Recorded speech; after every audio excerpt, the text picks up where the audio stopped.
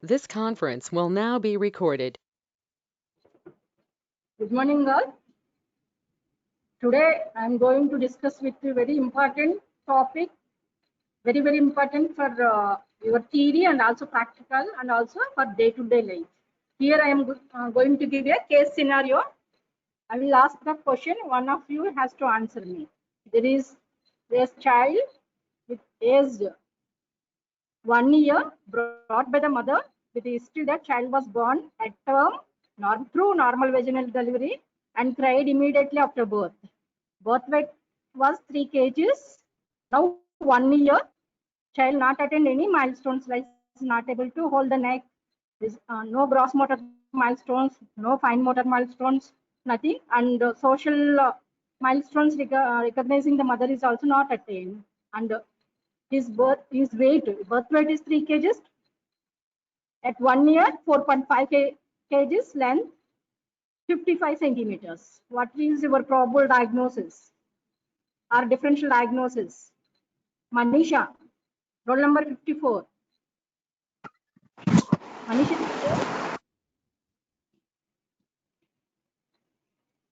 roll number 1. Who is roll number 1? Roll number 1. Absent or present?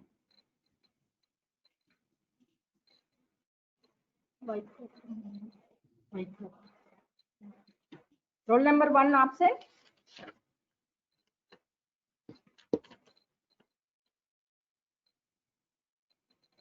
Roll number 2. Just tell differential diagnosis at least. Are you able to hear me or not? Maunika? Yes, is it clear? Yes, ma'am. Yes, ma'am. And then tell me your answer. Or differential diagnosis. I give you a case Chronic scenario. malnutrition, ma'am. Chronic malnutrition. Cerebral palsy, ma'am. Cerebral palsy. Why do you think so? I told the baby was term, birth weight 3 kgs, cried immediately after birth. Cerebral palsy, how can you say cerebral palsy? There is no risk factors. The least probable answer. Anything else? Maybe folic acid deficiency, ma'am. Neurological defects. Folic acid deficiency means for baby, fetal deficiency, or the baby newborn, or antenatally. Folic acid deficiency to the antenatal mother causes neural tube defects, not like this. Baby absolutely normal at birth, no congenital malformations at birth. Anybody else? Pavan? Ma'am, maybe supplemental feeding was not good, ma'am, after 6 months. And not ask the cause. What could be the probable diagnosis? And then up to 6 months, the baby should be normal. Exclusive breastfed means. Then baby's weight should be double, no? At least by 5 to 6 months, baby should weigh 6 kgs. Double the weight. Birth weight was 3 kgs, no 4.5 kgs. Absorption disorders, ma'am. Like malabsorption syndromes. Then what happens Yes, to social milestones should be there, no? At least gross motor, fine motor, social, maybe delayed, not absolutely. Child was not developed any milestones. And by growth wise also retarded, like birth weight 3 kgs, now 1 year. At least triple the birth weight should be there, 9 to 9.5 kgs, like that by birthday, first birthday. And length usually in a normal child at birth 50 centimeters by 1 year. What will be the normal length at 1 year of age? 100 centimeters, ma'am. Are you sure? 100? Is it millimeters or centimeters? Centimeters, ma'am. No, okay. But not 100, it's 75 centimeters. Okay, anybody? Anybody from the group? Just guess or differential diagnosis you can give. It's a common scenario. Actually, it's an easy diagnosis. Most of the, even not only you are just MBBS student, but most of the even pediatricians miss the diagnosis. It's actually real case. What came to our OPD 2 years ago. Here is the clinical photographs of some of the similar case scenarios. You can see this child case and this child and this child. Large Now tongue, ma'am. some diagnosis. Beckwith-Wiedemann syndrome. Beckwith-Wiedemann syndrome, usually there will be more weight. Obesity. Beckwith-Wiedemann syndrome, there will be more weight. But according to the case, Organomegaly, large tongue. okay, then I will tell. Anybody? Any guesses? Okay. Here you can see a child with four features, with small forehead with Ma'am, Down syndrome, ma'am. Down syndrome. Is this photo or case scenario what I told? Case scenario. Down syndrome is one of the differential diagnoses, but usually they attain social smile and recognize the mother. Gross motor and fine motor only will be delayed in Down syndrome. Okay, because of hypotonia. This is a photograph. You can observe forced faces and low forehead and protruded tongue with open mouth. This is Ma'am, of the any picture. thyroid disorders? Like thyroid disorders means it's a vague word. Be specific. Hyperthyroidism. Congenital hypothyroidism. Be specific. Thyroid disorders may be hypo or hypo. Again, congenital or active. So congenital hypothyroidism will manifest what I gave the case scenario. Differential diagnosis comes. What are the differential diagnosis for congenital hypothyroidism? One is Down syndrome. Second one is mucopolysaccharidosis. MPS. Similar picture, and with this, an examination usually child will have open mouth with protruded tongue and abdominal distension and growth retardation. So similar features will be there in all the three. It may be due to congenital hypothyroidism, it may be due to Down syndrome, and may be due to mucopolysaccharidosis. But we can differentiate clinical features wise.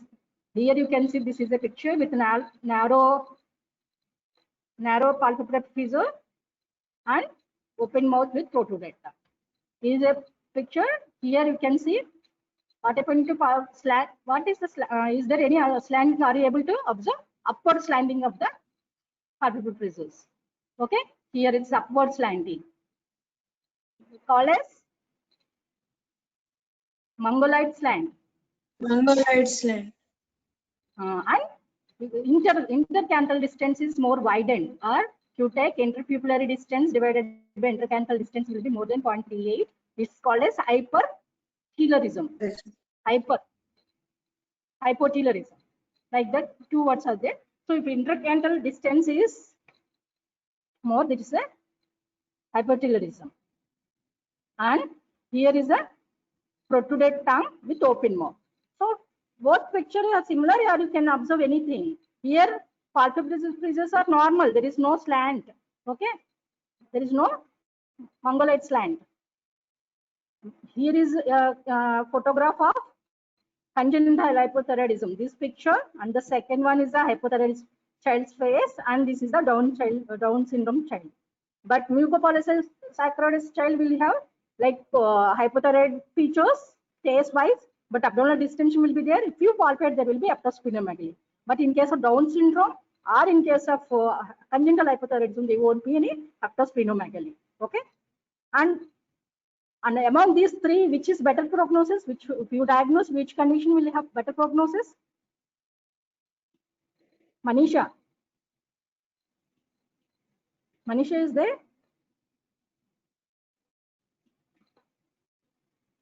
Yes, ma'am. Yes, ma'am. Out of these three conditions, which is having good prognosis?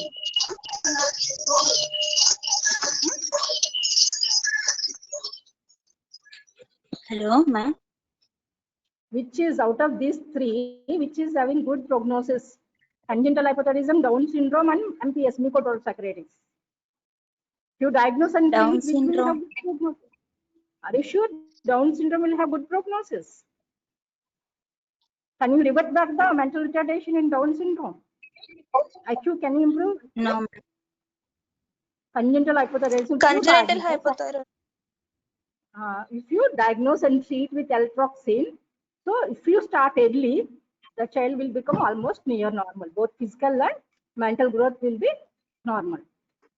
So here I'm going to discuss about the hypothyroidism in children. which may be congenital or acquired. Okay. Main objective is introduction and congenital hypothyroidism etiology, clinical feature, diagnosis and approach, and acquired hypothyroidism time permits. So mainly congenital hypothyroidism is very, very important. As I told you, somebody missed the diagnosis. Like you people thought, they also thought it's a protein energy malnutrition. They used to give multivitamin syrups and they used to advise regarding the dietary protein in calorie intake, but the child never used to take food, whatever mother used to offer him.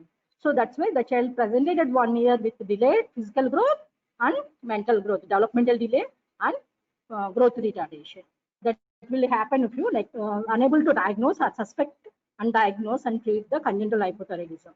So that is a neglected case or misdiagnosed, wrongly diagnosed case of congenital hypothyroidism. So you should not do that. Always think about treatable and preventable causes of mental retardation in a child with delayed development milestones. So hypothyroidism occurs due to decreased production of thyroid hormone. Either there may be primary or secondary. Primary means it's always from the thyroid gland problem. That's a primary hypothyroidism we call it.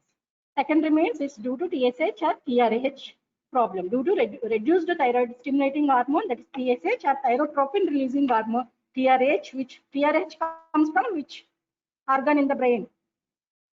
Which part? TRH, physiology. Hypothalamus. Hypothalamus. TRH from hypothalamus and TSH from Pituitary. Anterior pituitary. Okay, good. So physiology, if you remember, it's biosynthesis of thyroid hormones mainly involves the interaction of iodine, tyrosine, and thyroglobulin, and the enzyme needed here is the thyroid peroxidase, which is in turn regulated by the thyroid hormone stimulating hormone, that is TSH. So this all process should be in a hormonal systematic way, otherwise there will be disturbance in the thyroid synthesis and regulating hormone. So TSH secretion in turn under the direct control of thyrotropin releasing hormone, which is released from the hypothalamus, and feedback control of the thyroxine. Whenever thyroxine is decreased in the blood, that is hypothyroid state, this TRH will be secreted, and this in turn increases the TSH secretion. TSH increases the thyroid hormone synthesis. So here is the picture you can remember from physiology. From the hypothalamus, TRH will be released, and this acts on the anterior pituitary to release TSH. This TSH acts on the thyroid gland. This is a positive feedback. But whenever more thyroid is there in the circulation, or excessive iodine deficiency can cause hypothyroidism, and excessive iodine also can give negative feedback and cause hypothyroidism. So excess iodine or excess thyroid hormone will have negative feedback on anterior pituitary to decrease the TSH and also on the hypothalamus. So this is the same representation. Any cold exposure or temperature irregularities can increases the hypothalamus to increase the TRH secretion, which will have positive feedback on the anterior pituitary to increase the TSH secretion. In turn, this TSH acts on the thyroid gland to increase the thyroid hormone synthesis.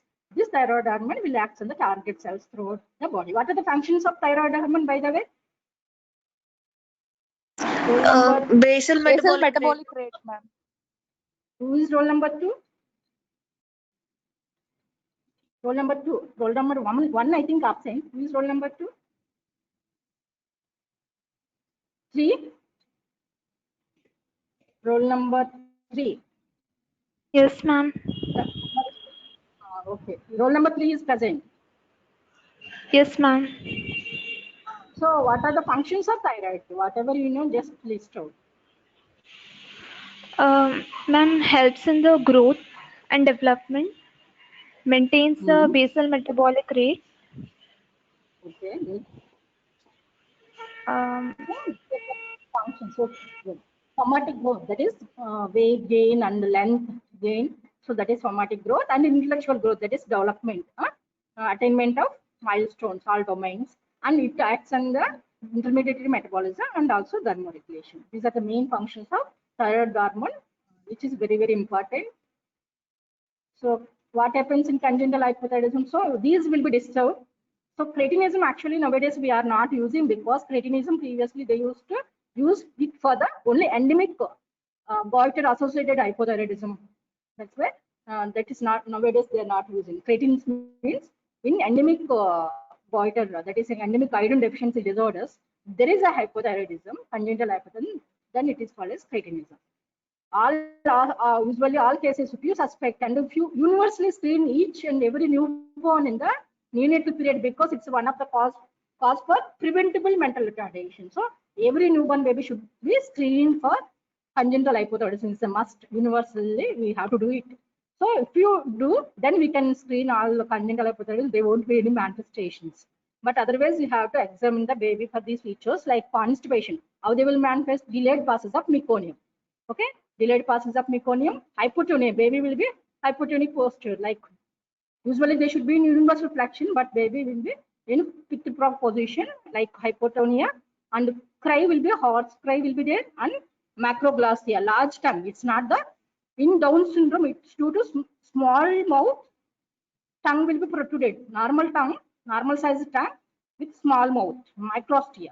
That's why child with Down syndrome will have protruded tongue with open mouth. But in case of hypothyroidism, it's due to macroglossia, normal sized mouth with large tongue. That's why they will have protruded tongue in both conditions. Delayed treatment can lead to learning disabilities, cognitive deficits, clumsiness, and diminished fine motor skills. So all of you should remember, you may get 4 marks question or 2 marks question as causes of preventable causes of mental retardation.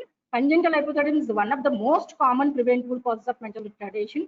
Always in the orals or theory you have to answer. And what are the other conditions where we can prevent the mental retardation? Roll number 50. Present or absent? Roll number 50.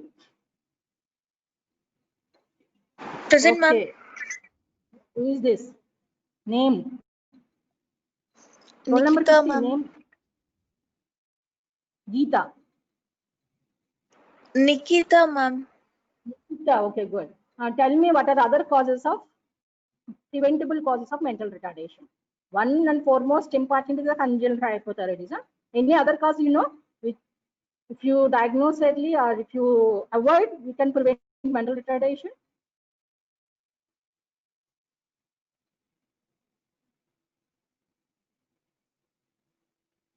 Malnutrition, ma'am. Malnutrition in less than 2 years of age. After 2 years, there won't be effect on the brain, developing brain only. Severe malnutrition less than 2 years. Anything else? Neural tube defects, ma'am. Neural tube defects by giving folic acid. Folic acid. Okay. Anything else? Congenital rubella syndrome by giving rubella vaccine to all adults and girls. Yes. You can congenital rubella syndrome or mental retardation. There is like that. Some are there. You can. We have to prepare for 4 marks question. Okay.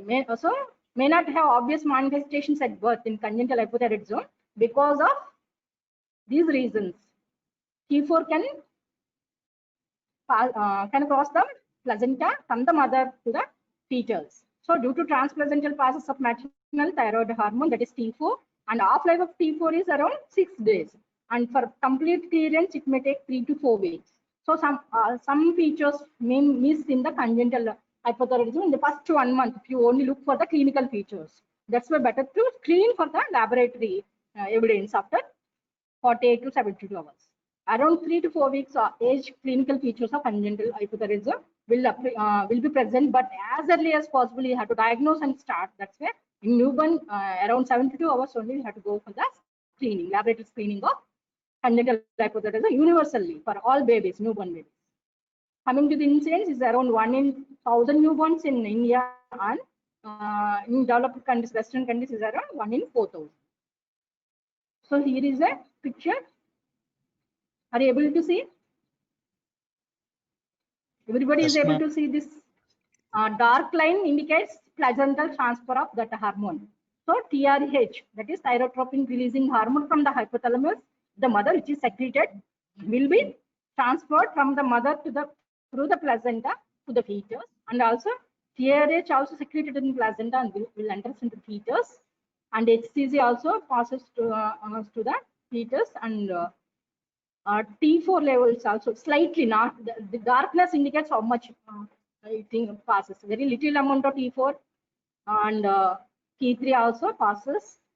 Iodine, if mother takes more iodine, it also passes to the fetus. Radioiodine, if any radioactive scans are done for the thyroid, also passes to the fetus. And TSH receptor antibodies in case of autoimmune thyroiditis to the mother will passes to the baby, and anti-thyroid drugs taken by the mother also will go to the baby and affect the fetal thyroid hormone levels. And beta blocking agents like propanol the mother is taking, that also crosses the placenta.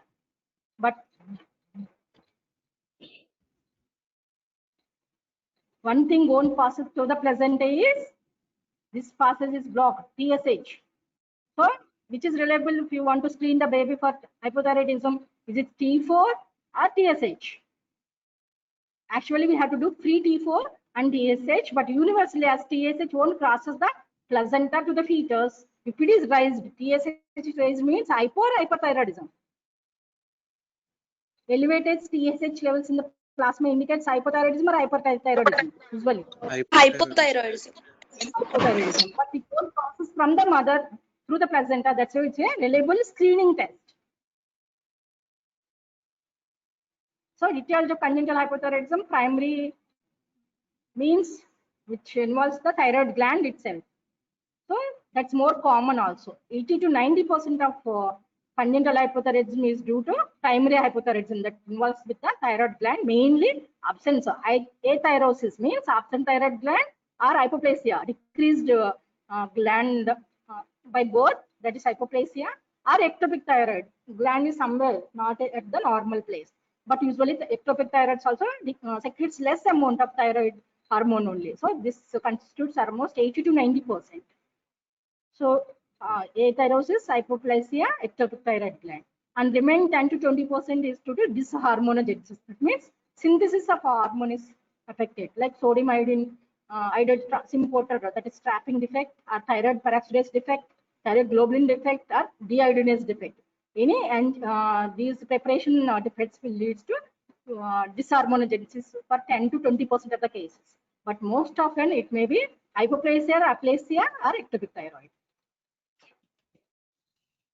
Next, other conditions, these are rare. Autoimmune thyroiditis, enzyme defects like trapping, organization, and thyroglobulin synthesis defects, and iodine deficiency, that is endemic goiter, all comes for other causes of hypothyroidism.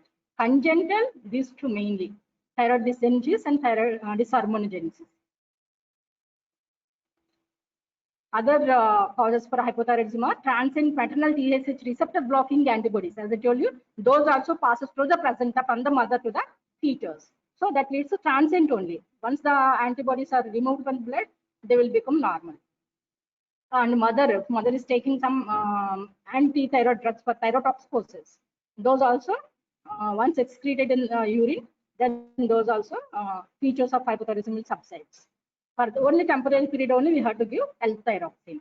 Thyroid injury after surgery, radiation, infection, these are for the acquired causes of hypothyroidism. Goitrogens like thiocyanates, thionamides, and lithium, amiodarone, all those drugs also causes acquired hypothyroidism. And other causes are secondary and tertiary. Tertiary means problems with hypothalamus. Secondary means pituitary. Primary means thyroid gland. Okay. This is also dealt in general medicine also. Now we are clear. Primary means always involves thyroid gland. Secondary means always involves a pituitary. Tertiary means hypothalamus. So here secondary or tertiary very less incidence, less than 5%. Usually malformations at the septo-optic dysplasia, the brain malformations like holoprosencephaly, and genetic defects in the enzyme synthesis, and CNS insults like after birth, like trauma, surgery, radiation, infections, all those can lead to secondary and tertiary causes. And CNS tumors like craniopharyngioma and germinoma, which involves the hypothalamus and pituitary, also leads to secondary or tertiary causes. And very, very rare is the peripheral resistance to the hormone. Thyrox hormone is very extremely rare cause for hypothyroidism. Next, coming to the clinical features. What are the features at neonatal period? As I told you, very few findings will be there. should be very keen. You should have suspicion. Then only we find this we will catch these findings. Prolonged jaundice, prolonged neonatal jaundice, and feeding difficulties, especially the child will present with choking episodes because of large tongue. They may have face feeding problems and choking episodes, sluggishness and lethargy. Child will be sleepy. Most often, usually newborn baby will be sleep, but still for these babies will be more sleepy than the normal newborn babies. And delayed passes of meconium and constipation in the early newborn period. Usually early newborn period, usually they will pass 8 to 10 times of stools per day. But here they will pass delayed meconium. They may not pass for 3 or 4 days in the newborn period, first 1 month. Umbilical hernia, macroglossia, hypothermia, and Coats cray. This hypothermia sometimes temperature irregularity they may present with cutis marmoratis, that is mottling of skin also. And usually these babies, birth weight and length will be normal. As I told you, in the case scenario, birth weight and length was normal, and head circumference may be increased due to mixed edema of the brain. Wide open anterior and posterior fontanelle will be there. If you examine for the anterior fontanelle and posterior fontanelle, usually wide open than the normal size. Posterior fontanelle size will be less than 5 millimeters, and anterior fontanelle size will be around 2 to 2.5 centimeters into 2.5 centimeters in normal newborn baby. It's more than that in a term normal baby indicates some problem with congenital hypothyroidism or maybe raised intracranial tension. Lethargy, sluggishness, excessive sleepiness, as a poor cry, hypotonia. These are the features of CNS, GIT, constipation, prolongation of physiological jaundice due to delayed maturation of glucuronide conjugation. So delayed maturation of this enzyme, which needed for the conjugation. And protruded abdomen, umbilical hernia, protruded tongue will be there. All because of hypotonia, and protruded tongue is due to macroglossia. And Gaucher or thyromegaly most commonly seen in dysharmonogenesis.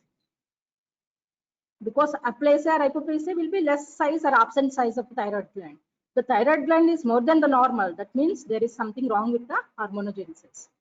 Skin hypothermia, as I told you, cold and mottled skin, otherwise called as cutis marmoratus. Lacy network-like pattern will be observed on the skin examination, general examination. And they may have bradycardia, slow pulse, cardiomegaly, pericardial effusion, respiratory difficulties due to large tongue, apnea, nasal obstruction, choking episodes. So these features are there. If the mother is complaining, baby is not unable to take feeds continuously, having choking episodes while taking feeds, you have to suspect. Because some people may not be affordable for the TSS screening, which is not freely done, then we can, with these clinical features, at least we have to rule out the congenital hypothyroidism. We have to go for the lab investigations. If undetected and untreated by 3 to 6 months of age, these features like stunting of growth, short extremities, short stature will be present. They will be physically and mentally retarded, delayed milestone, delayed dentition, face is, as I told you, narrow palpebral freezer with swollen eyelids. They won't present immediately in the newborn period.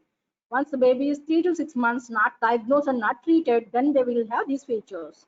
Mouth kept open and the thick, broad tongue, which protrudes outside, short and thick neck, and dry skin with pale, shallow complexion and coarse hair.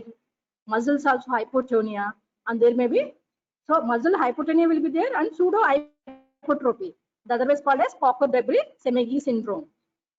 Okay, I will show you the photograph in the later slides. Where do you see pseudo hypertrophy of the muscles? Another condition. One is hypothyroidism, otherwise called as Cocker-Debré-Semeghis syndrome. One more medical condition where the child may have pseudo hypertrophy of the calf muscles.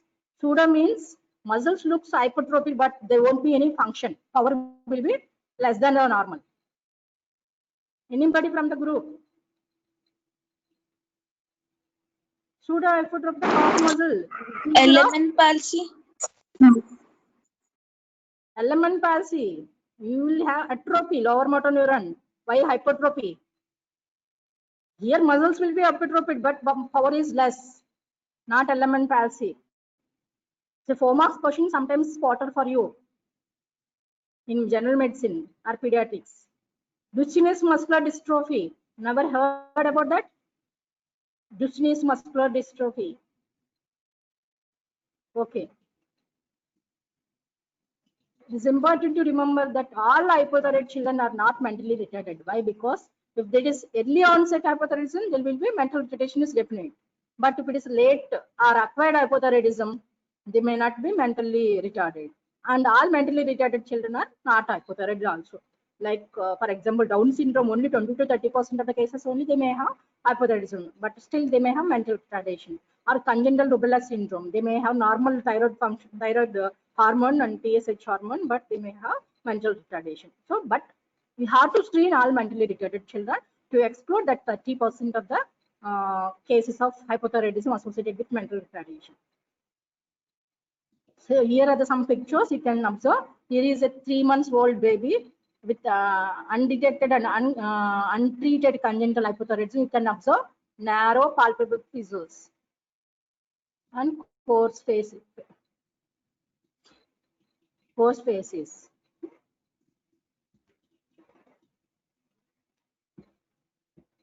Here, later 4 months of age, undetected and diagnosed at 4 months of age.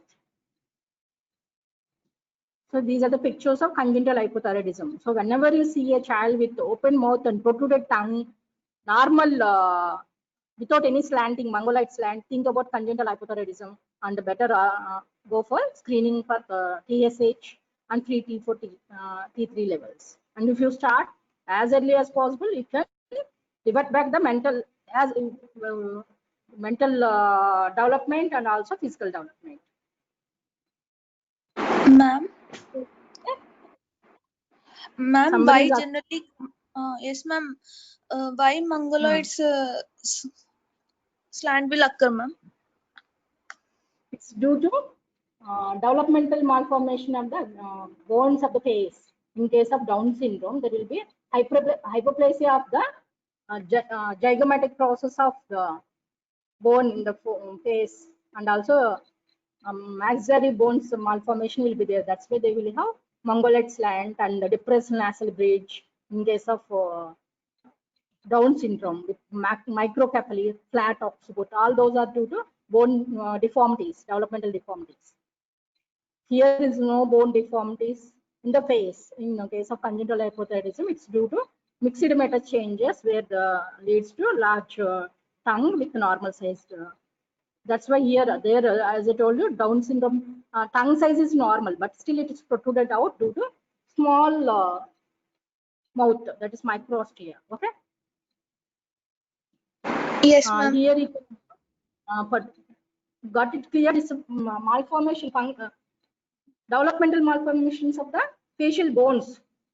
Okay.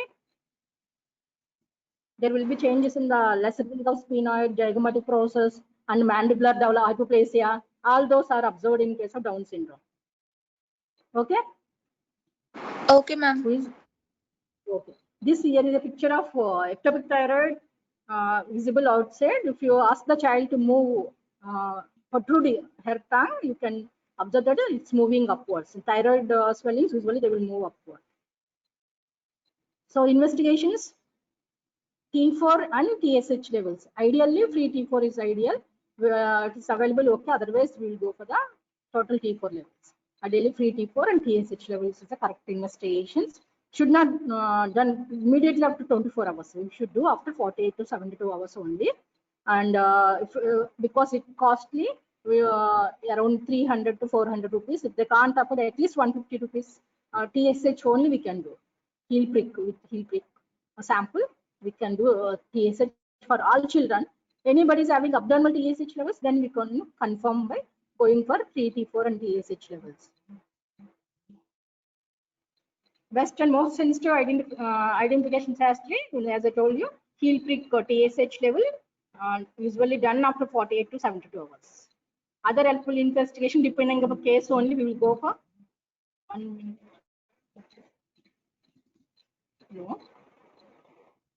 నేను క్లాస్లో ఉన్నానమ్మా, క్లాస్లో ఉన్నాను. The best serum thyroglobulin, if you suspect some thyrotoxicosis or you suspect ectopic thyroid, then we will go for the technetium labeled 99 technetium labeled scintigraphy. the neck and the thyroid morphology. If you want to know whether it's hypoplasia, aplasia, or ectopic thyroid.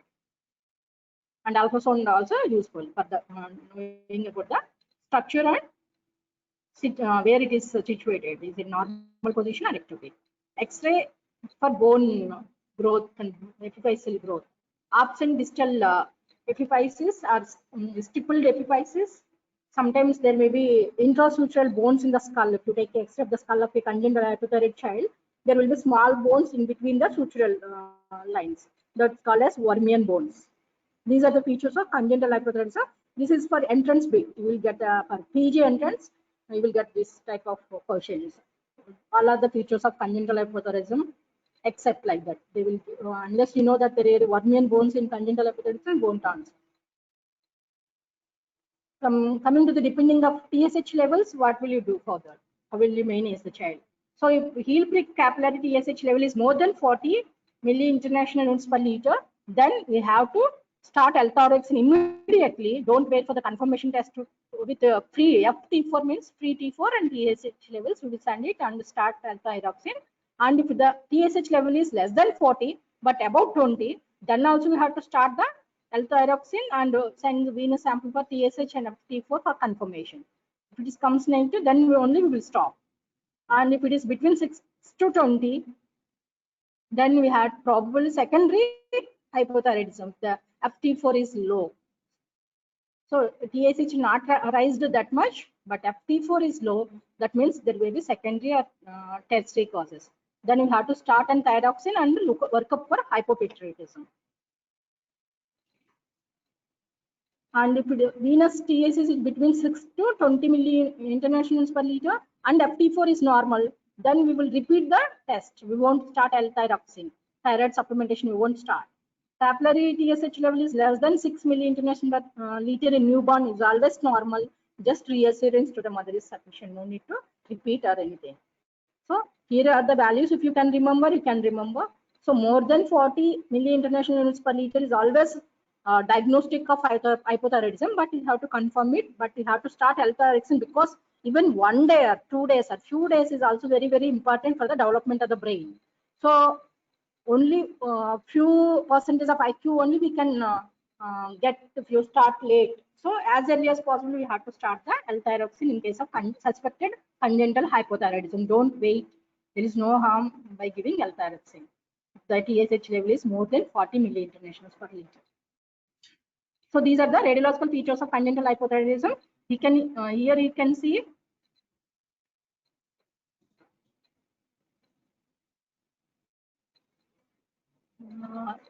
here absence of distal femoral epiphysis. There is no epiphysis. Usually it will be present in the newborn, in a term newborn baby, distal femoral epiphysis. This is absent in a term baby means there is a chance of congenital hypothyroidism. Here is epiphyseal dysgenesis of the head of the humerus. You can see dysgenesis, not uniformly it is there. This is a just diagram flow chart. High TSH with low T4, primary hypothyroidism. So high TSH with normal T4, suspect subclinical hypothyroidism. Normal TSH with low T4, that is secondary hypothyroidism, pituitary or hypothalamus causes, or severe non-thyroidal illness, where low T4 with normal TSH. Coming to the treatment, replacement with levothyroxine or L-thyroxine, doses 10 to 15 micrograms per kg. We have to give high dose as compared to the adults. If you take it per kg, for adults it becomes around 2 micrograms per kg like that. But newborn baby, you have to give 10 to 15 micrograms per kg as a starting dose, because as I told you, thyroid is very, very important for the development and especially mental development. So we have to give it in fasting phase. In newborn we can't, but as possible pre-feed. Before feeding it's better 30 to 60 minutes after feed or pre-feed. How many days or months or years you will give in case of congenital hypothyroidism? L-thyroxine or levothyroxine? Anybody? Obviously mother or father will ask you for how many months or years we have to give supplementation of thyroxine in case of congenital hypothyroidism. Anybody? Any guesses? 1 month. 1 month, One. ma'am. Anybody?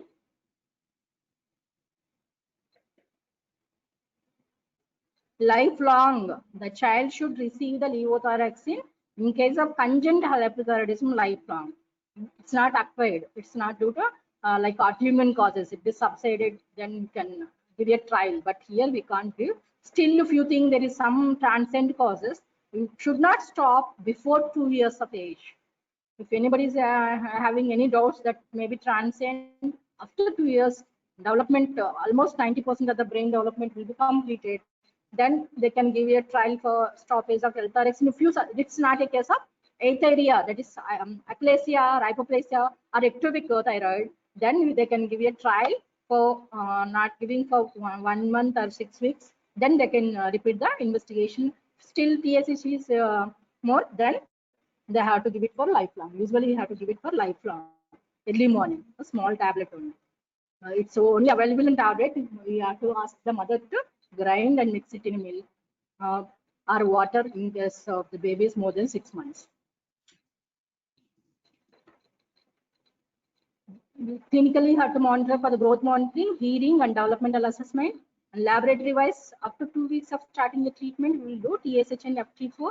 Then until it becomes normal, TSH normalized every 2 weekly. Then once in 1 to 3 months, up to 1 year of age, very crucial. First 1 or 2 years. Then every 2 to 3, 4 months, because hypo is also dangerous and hyperthyroidism also dangerous. Hyperthyroidism causes premature closure of sutures. Then it leads to cutaneous stenosis. That's why we have to monitor carefully in newborn period, especially under infants up to 1 to 2 years TSH values. After 3 years of age, they can do it for once in 3 months or 12 months. Any range like 3 months, 6 months, like that, 3 to 12 months. And whenever they change the dose, they have to repeat the TSH levels 4 to 6 weeks after the change in the dose. So these are the fundamentals. We should not repeat immediately or after 10 days or 2 weeks. Minimum 4 to 6 weeks it takes to alter the TSH levels. Prognosis, delay in the diagnosis, inadequate treatment. If you diagnose, but you are afraid of giving more thyroxine, if you are giving less amount than the 10 to 15 micrograms per kg, then also not that much use. So inadequate treatment, poor compliance results in variable degrees of brain damage. Early diagnosis and adequate treatment from the first week of life results in normal linear growth and development. So normal scoring in psychometric testing also. Most severely affected infants having lowest T4 levels and retarded skeletal maturation can have reduced IQs around 5 to 20 points than the normal children. And other neuropsychological sequelae also will be there if you diagnose late and start late treatment. Next, coming to the acquired hypothyroidism, a few points regarding acquired. It's very less common in pediatric case group. Incidence is 0.3% only, and females are more commonly affected than boys. Acquired causes mostly due to subclinical. It may manifest with subclinical hypothyroidism or overt hypothyroidism. Overt hypothyroidism, they will have high TSH levels and low free T4 levels. Subclinical means serum TSH will be high, but normal serum free T4. That's a compensation by the thyroid gland. They will secrete more, but it's a subclinical. You have to give supplementation. It's more common in adults and girls, but can be seen in both sexes as early as infancy. Even acquired also can manifest in less than 1 year. But at birth and immediately after birth, up to 6 months or 1 year, they will be normal. Clinical features, they will have lethargy, decreased activity. One difference between congenital and acquired hypothyroidism means congenital hypothyroidism, they won't gain weight. You have to remember, congenital hypothyroidism, failure to gain weight will be there. In acquired hypothyroidism, they will overweight. Weight gain will be there. Even though appetite is less, they will weigh more. That's the difference we have to remember. And mental IQ will be near normal or normal in acquired hypothyroidism, but congenital hypothyroidism, always there will be mental retardation, some percentage. Okay, these are the main key features in clinical differences. Okay, weight gain will be there in acquired. Less weight gain or fail to gain will be there in congenital. And IQ wise, near normal in acquired hypothyroidism, but congenital always it is decreased. Lethargy, decreased activity is common in both conditions. Poor growth and height velocity is also decreased. Increasing weight gain will be there. Dry skin, hair, skin changes are more prominent in acquired hypothyroidism, like dry skin, coarse features. All those will be more common in acquired hypothyroidism. And congenital also will be there. It manifests late, but it takes time to manifest skin changes. Poor appetite but good weight gain. School performance usually spared in acquired, but in case of congenital hypothyroidism, the development itself is delayed. Delayed puberty or occasionally sometimes precocious puberty will be. And primary hypothyroidism most common in acquired also. Main causes are autoimmune hypothyroidism. That's why it's more common in females, adults in the age group. Hashimoto's thyroiditis, autoimmune polyglandular syndromes, Down syndrome, 30% of Down syndrome, there are chances of hypothyroidism. They can develop at any time. That's why regularly we will screen for hypothyroidism in Down syndrome children whenever they come to the pediatric OPD. And also Turner syndrome, it's almost 40% prevalence of hypothyroidism will be there. They may not manifest at birth, they can manifest at any time. Klinefelter syndrome, 20% prevalence of hypothyroidism.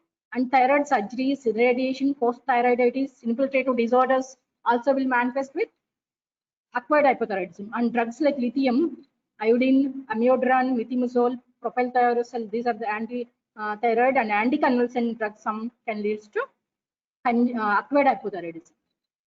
Secondary central hypothyroidism, like in case congenital also, any CNS tumors and CNS irradiation for leukemias, meningoencephalitis, that is bacterial viral meningoencephalitis, can lead to problem with the hypothalamus and pituitary. And infiltrative disorders, hypopituitarism, multiple pituitary hormone deficiencies, all can lead to acquired hypothyroidism.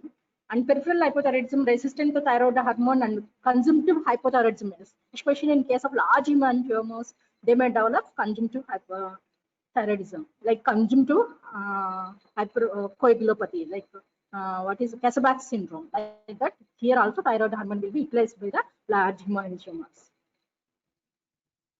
Clinical features of acquired hypothyroidism, they may manifest with goiter, growth retardation, delayed bone age, pubertal disorders, pubertal delay or precocious puberty, menorrhagia.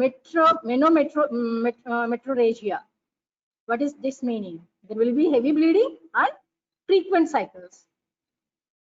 So menorrhagia will be there or menorrhagia will be there, both. That is called as frequent and heavy bleeding. Menorrhagia is a manifestation of hypothyroidism. Galactorrhea and lethargy and fatigue will be the features.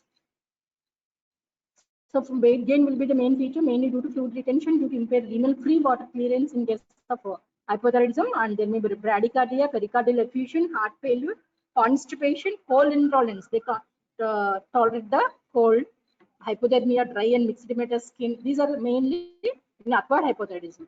And muscle hypotonia will be there, delayed deep tendon reflexes, delayed relaxation of deep tendon reflexes is a feature of hypothyroidism. In adults, usually will observe whenever you are doing the DTR, there will be delayed relaxation. And muscle pseudo hypertrophy will be there, otherwise called as Fokker-Debris syndrome. And scholastic performance usually unaffected in acquired hypothyroidism. And depending upon the problem, if it is with hypothalamus and pituitary, they may have headache and vision problem. So here is a picture of, are you now you remember Duchenne muscular dystrophy also, they will have this type of calf muscle hypertrophy, but power of these muscles is less than the normal. That's why it called as pseudo hypertrophy. Usually people with excessive muscle activity like exercises, they will have more physical activity, will have hypertrophy of the muscles, where power will be more. But here, when the power is less, they will have pseudo hypertrophy. In case of hypothyroidism, chronic hypothyroidism, and also in case of Duchenne muscular dystrophy, this feature will be there. But only in hypothyroidism, only we call as Fokker-Debris syndrome. So autoimmune thyroiditis, you can observe. With hypothyroidism, you can observe some hypopigment lesions also. Usually they will have other associated autoimmune problems like vitiligo and all those, and polyglandular syndromes. Coarse faces, you can see narrowed palpebral of the child with acquired hypothyroidism. Short stature will be there. Is around 17 years. This child with acquired hypothyroidism, 17 years. But if you compare with the normal child of 17 years, usually short stature will be there. IQ will be near normal almost. Here are thyroid gland enlargement. If it is symmetrical, there won't be malignancy or other adenomas, usually goiter. If it is asymmetrical, only uni gland, only one lobe is involved, there's more chance of adenomas. So smooth uniform enlargement, usually Hashimoto's thyroiditis. Asymmetrical enlargement, benign adenomas, there are more chances. Diagnostic approach to acquired hypothyroidism, usually we will send serum free T4 and serum TSH levels, and we will follow the age specific TSH normal values. And if you suspect thyrotoxicosis, then we can go for the autoimmune, then only we will go for thyroglobulin antibodies. And X-ray bone age, usually delayed bone age will be there, delayed bone age. Like carpal bones will be less number than the usual, and by cell fusion also at the elbow will be delayed, like that bone age delay will be there. Chronological age, if you compare chronological age, like for that child 17 years, there may be delayed bone age, and short station will be there. So ultrasound for thyroid morphology, ultrasound of the neck, and if you suspect any nodular goiter, then you can go for the technetium labeled scintigraphy. So elevated TSH and low T4, always over primary hypothyroidism, you have to start L-thyroxine and do investigations for the etiology. So if it positive for thyroid antibodies, autoimmune thyroid disease. If it negative, also still there are conditions with negative antibodies like autoimmune thyroiditis and other conditions like drug-induced or dysharmonogenesis. Elevated TSH and normal FT4 and subclinical hypothyroidism, you have to start L-thyroxine if the thyroid antibodies are positive. Levothyroxine is the treatment of choice for acquired hypothyroidism also, but here doses is less than the newborn period. Newborn and infancy, as I told you, 10 to 15 micrograms. Here, it 4 to 6 micrograms per kg per day. The age of the child is 1 to 3 years. 3 to 5 years, it's 3 to 10 years, it's around 3 to 5 micrograms per kg per day. As the child age increases, the dose is decreasing, 2 to 4 micrograms per kg per day. Administration here also, fasting early morning, at least 30 to 60 minutes before the food, and clinical growth monitoring, and TSH in T4 6 weeks after the starting of treatment, and doses otherwise 4 to 6 monthly. Once in 6 months is sufficient. Prognosis, first year of therapy, transient deterioration of the schoolwork in acquired hypothyroidism, but we have to continue the treatment. We have to give reassurance, and the catch-up growth, adequate growth can be achieved if the diagnosis is early. Poor catch-up growth is observed in long-standing or untreated hypothyroidism. Hypothyroidism is very, very uncommon in children as compared to adults, usually caused by Graves' disease, hot nodule, toxic multinodular goiter, and iodine intake, exo-iodine intake. Symptoms, hyperactivity, decreased sleep, concentration, decreased concentration, impaired school performance, irritability, emotional lability, diarrhea, palpitations. You have to remember diarrhea, palpitations, and exophthalmos are suggestive of hypothyroidism. So constipation is a feature of hypo, diarrhea is a feature of hyper, bradycardia is the feature of hyper. Here palpitations, tachycardia leads to palpitations. So here is a picture of the child with the Graves' disease with exophthalmos. You can observe increased palpebral pressures. They are narrowed palpebral pressures. Investigations, IT4 and free T4 levels and separate TSH levels. Thyroid nuclear scan shows increased radioactivity, that is hot nodule. Thyroid suppression by methimazole, radioiodine ablation, or surgical thyroidectomy, depending upon the underlying condition. We will remove the lobe or total thyroidectomy. But if it is total thyroidectomy, they have to give supplementation with L-thyroxine.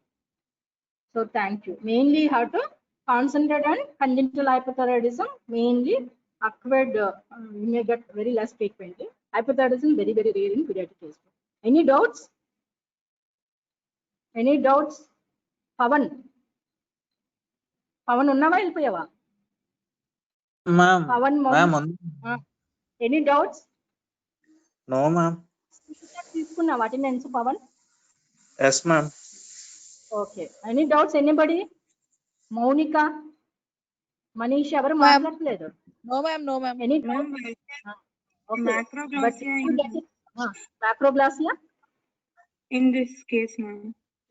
in this case is due to normal mouth size is normal due to myxedematous features, deposition.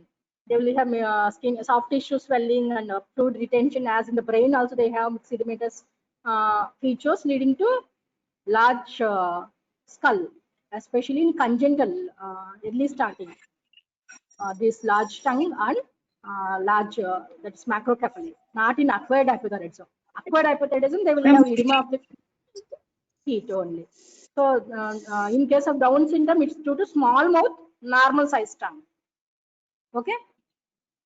MPS also, it's due to macroglossia, normal size tongue, normal size mouth with large tongue. MPS means mucopolysaccharidosis. Close differential diagnosis clinically, but MPS we can't treat anything. It's enzyme replacement only. It's not for routine. We can't give replacement of the enzyme in mucopolysaccharides. Only some types of mucopolysaccharides only treatment is available. But if you diagnose hypothyroidism early, you can give L-thyroxine supplementation, normal IQ, normal physical growth. But MPS, we can't get the normal physical growth and normal mental growth. And Down syndrome also, if there is associated hypothyroidism, as I told you, 30% of Down syndrome and 40% of Klinefelter syndromes will also have associated hypothyroidism. If you diagnose and treat hypothyroidism, some improvement in the IQ will be there in case of Down syndrome, not due to genetic problem. Got it? Clear? Got it, the idea? In Down syndrome, usually there will be associated hypothyroidism. If you diagnose that hypothyroidism and treat, then there will be improvement in some points in the IQ. Downs and other Klinefelter syndrome and other syndromes. So that's why we will screen, ideally, we have to screen all newborns after 72 hours of life with heel prick TSH, the ideal screening newborn method to prevent some kind of causes of mental retardation. Okay, any doubts? Anybody? No, Then we ma'am. will leave that. No, ma'am. Okay, then I will leave. Bye.